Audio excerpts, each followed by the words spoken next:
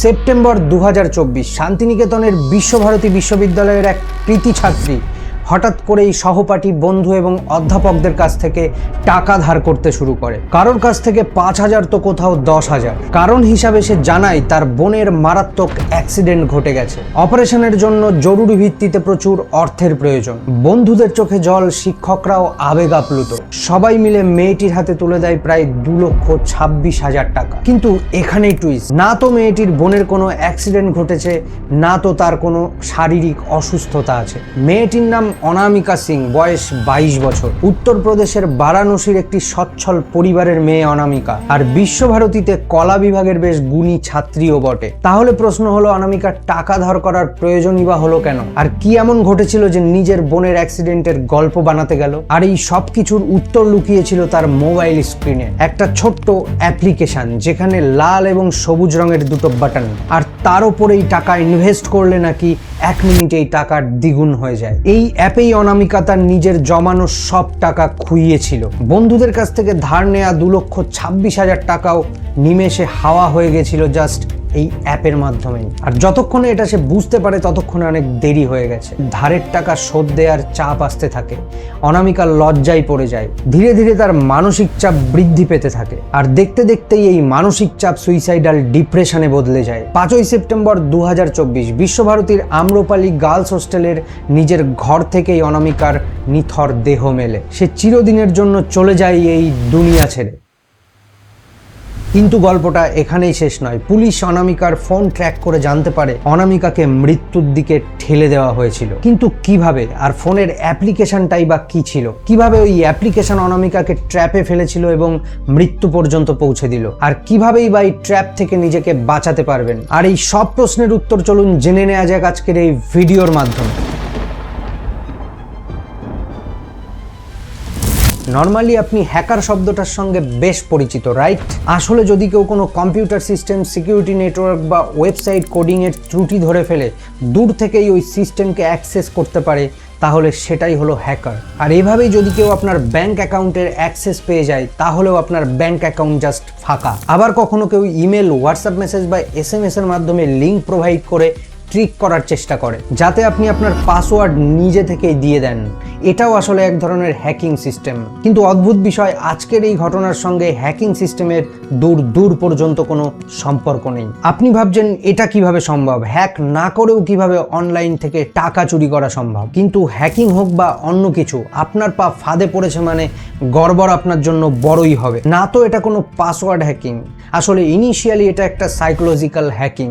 Cyber ক্রাইমের ভাষায় এটাকে বলা হয় ডোপামিন ট্র্যাপ। আর এখানে বড় ভয়ের বিষয় হলো, এই ট্র্যাপ আপনাকে শুধুমাত্র দেউলিয়া নয়, বরং আপনার পার্সোনাল ছবি চুরি করে তার মিসইউজ করতে পারে। আপনার কন্ট্যাক্ট লিস্ট থেকে বন্ধু বান্ধব বা পরিবারের কাছে আপনার নামে ব্ল্যাকমেল করতে পারে। ইভেন আপনার ব্যক্তিগত ডাটা ডার্ক ওয়েবসাইটে বিক্রি করতে পারে। এডুকেটেড বা নন এডুকেটেড, আজকের দিনে সবাই স্মার্টফোন ইউজ করে। কিন্তু দুঃখের বিষয় হলো, আজকের এই ডিজিটাল সময়ে এই ধরনের ট্র্যাপ সম্পর্কে সবার সঠিক ধারণা নেই, বিশেষ করে বয়স্ক লোকেদের। আর সেই কারণেই বন্ধুরা, এরপরে আমি যা বলতে চলেছি তা পরিবারের বয়স্ক লোকেদের জন্য খুব ইম্পর্টেন্ট। মোটামুটি 3টে পদ্ধতি ধরে নেওয়া যেতে পারে যেটা এই ধরনের স্ক্যামে সব থেকে বেশি ব্যবহার করা হয়। প্রথম এবং সব থেকে কমন পদ্ধতি হলো the influencer trap. Social media influencer বা লাক্সারি লাইফস্টাইলের একটা অ্যাট্রাকটিভ অ্যাডভার্টিজমেন্ট, যেটা আপনার ইনস্টাগ্রাম বা ফেসবুক রিলসের মাঝেই আপনার স্ক্রিনে উকি দেয়। হাই কোয়ালিটির কালার গ্রেডিং, অ্যারিস্টোক্রেট লাইফস্টাইলের ঝলক এবং অ্যাট্রাকটিভ কথা বলার ধরন আপনার চোখকে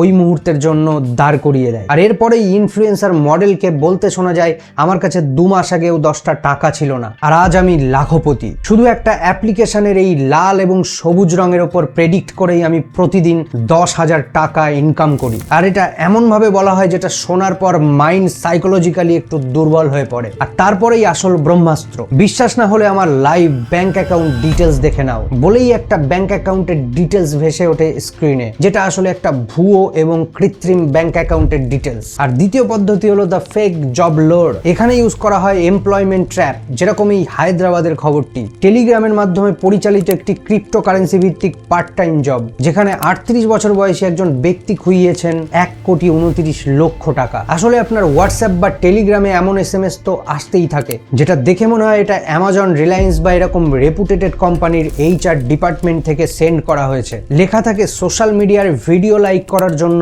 লোক লাগবে, প্রতিদিন আয় প্রায় 3,000 থেকে 5,000 টাকা। লোভে পড়ে ওই লিঙ্কে ক্লিক করে 3টে ভিডিও লাইক করলেই ইউপিআই এর মাধ্যমে আপনার অ্যাকাউন্টে 150 থেকে 300 টাকা পর্যন্ত এসে যায়। আর এটা হলো গেইনিং দ্য ইনিশিয়াল ট্রাস্ট। আপনি মনে করবেন বাহ ভালো তো, এই তো টাকা পাওয়া গেছে। আর আসল খেলা শুরু হয় ঠিক এর পর থেকে, আর সেটা কি তা আমি একটু পরে বলছি। তৃতীয় পদ্ধতি হলো দ্য আননোন সোর্সেস বাইপাস। এখানেও ইনফ্লুয়েন্সার ট্র্যাপের মতো সাইকোলজিক্যাল ট্র্যাপ ইউজ করা হয়, কিন্তু তা ভিডিও অ্যাডভার্টাইজমেন্টের মাধ্যমে নয়। আসলে আপনি কোনো সিনেমা ডাউনলোড করতে গেলে বা কোনো থার্ড পার্টি ওয়েবসাইটে ঢুকলে একটা পপ আপ উইন্ডো ভেসে ওঠে, লেখা থাকে download now to get 500 bonus. আর এই 500 টাকার লোভে পড়ে আপনি ডাউনলোড বাটনে টাচ করলেন তো আপনি ট্র্যাপে পড়ে গেলেন। ইনিশিয়ালি এই 3টি মেথডেই আপনাকে 100 থেকে 300 টাকার মধ্যে একটা ছোট রিটার্ন দেওয়া হবে, যাতে আপনার ব্রেনে একটা ফলস সেন্স অফ সিকিউরিটি তৈরি করা যায়। আর ঠিক এই ট্র্যাপেই পা দিয়েছিলেন অনামিকা। ইউজাররা অন্ধের মতো বিশ্বাস করতে শুরু করলেই 50,000 থেকে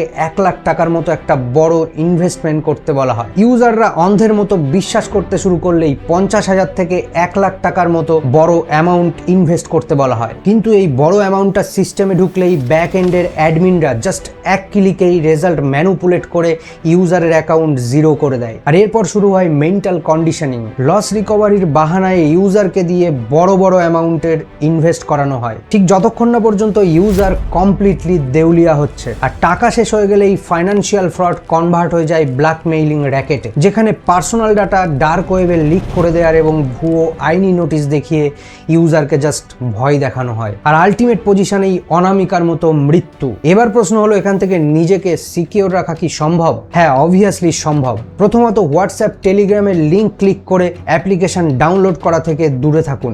বিশেষ করে বাড়ির বয়স্করা যারা একটু অবুঝের মতোই মোবাইলটাকে ইউজ করেন, তাদের সামনে এই ধরনের লিঙ্ক আসলে জাস্ট এড়িয়ে চলুন। এছাড়াও নিজের মধ্যে একটা মাইন্ডসেট ক্রিয়েট করুন, যেখানে আপনি বিশ্বাস করতে পারবেন যে একটা বাটন ক্লিক করে বা 3টে ভিডিও লাইক করে কখনোই অর্থ উপার্জন করা পসিবল নয়। গৌতম বুদ্ধের সেই বিখ্যাত উক্তি প্র্যাকটিস করতে থাকুন নিজের ভেতরে। বুদ্ধ বলেছিলেন, অতিরিক্ত লোভ আসলে মানুষের দুঃখের মূল কারণ। লোভকে জয় করতে পারলেই শান্তি মেলে। যদি কনজিউমার অ্যাওয়ারনেসের এই ভিডিওটি আপনার পছন্দ হয়ে থাকে, তাহলে এরকম আরো কিছু ভিডিও আমি বানিয়েছি, যেমন এটিও আপনার পছন্দ হবে, যেখানে আমি বলেছি স্বাধীন দেশে বাস করেও আপনি কিভাবে নিজেকে পলিটিক্যাল লিডারদের হাতের পুতুল বানিয়ে রেখেছেন। গণতান্ত্রিক সিস্টেমে পলিটিক্স আসলে কিভাবে সাধারণ মানুষকে বোকা বানাচ্ছে, এটাও এরকম একটি সাইকোলজিক্যাল ট্র্যাপ। ক্লিক করে দেখতে পারেন। আর আজকের ভিডিও কেমন লেগেছে তা কমেন্ট বক্সে অবশ্যই জানাবেন। সম্পূর্ণ ভিডিওটি দেখবার জন্য আপনাকে অনেক অনেক ধন্যবাদ।